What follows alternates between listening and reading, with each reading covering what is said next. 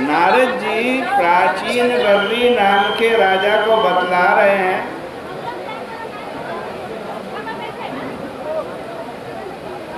कि देखो मनुष्य कहाँ से आया है, स्वर्ग से आया है या नरक से आया है,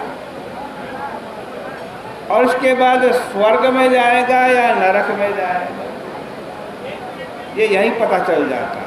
यही कह रहे हैं कि मन एव मनुष्यस्य पूर्व रूपाणि संसति। मन एव मनुष्यस्य पूर्व रूपाणि संसति। मनुष्य का मन बता देता है कि वो कहाँ से आ रहा है और कहाँ पर जाएगा। जब आदमी कहीं से खुशी खुशी आएगा, मुस्कुराता हुआ आएगा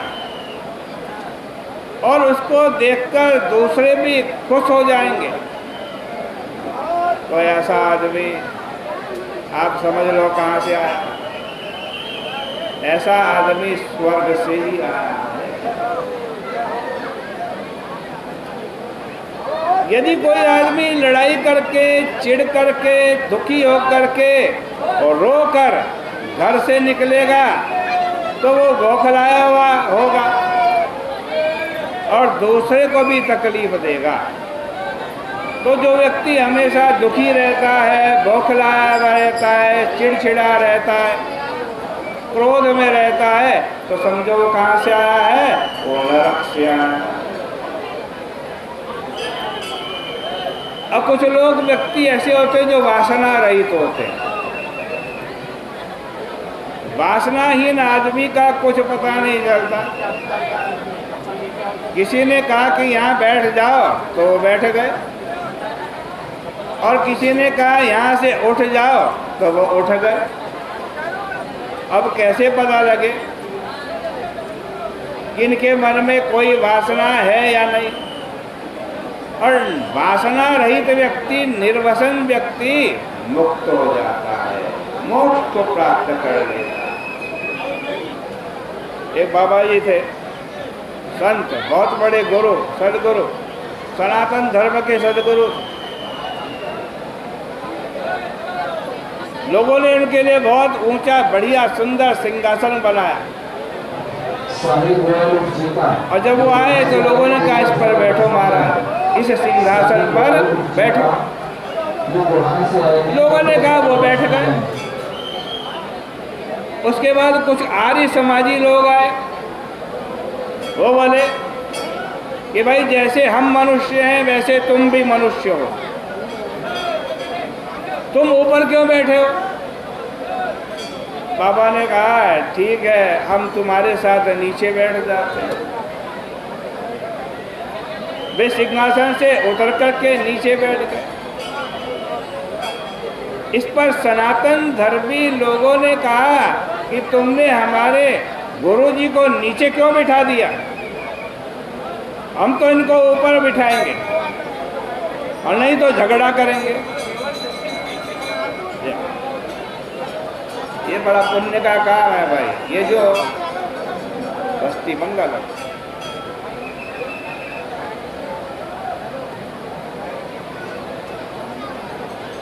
सनातन धर्मी लोगों ने कहा तुमने हमारे गुरुजी को नीचे बिठा दिया, ये ठीक नहीं किया, हम तुमसे झगड़ा करेंगे।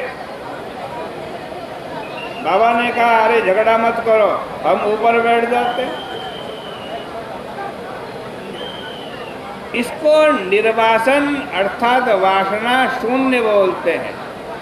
और जो निर्वासन पुरुष होता है उसके जीवन में कोई गति नहीं होती, वह कहीं आता जाता नहीं। न तस्य प्राणा उत्क्रामन्ति ब्रह्मेव सन ब्रह्माप्येति, बृहदारण्यक उपनिषद में कहा है। देखो मनुष्य के मन की स्थिति देखकर पता चल जाता है कि इसका पुनर्जन्म होगा या नहीं होगा, या नरक में जाएगा या स्वर्ग में जाएगा। यही पता चल जाता है, यही निश्चय हो जाता है। चिड़चिड़ा आदमी हो तो समझ लेना नरक में जाएगा, प्रसन्न आदमी हो तो समझ लेना स्वर्ग में जाएगा।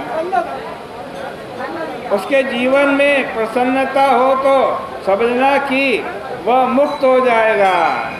लेकिन कभी कभी ऐसी बात देखने में आती है जो पहले कभी देखी सुनी नहीं गई, उसको उसके पूर्व जन्म की बात समझ लेना चाहिए। जब तक मैं और मेरापन भाव रहता है तब तक संसार नहीं छूटता। सुषुप्ति, मूर्छा, उत्पात में ज्ञान प्रकाशित नहीं होता, पर रहता वहाँ पर भी है।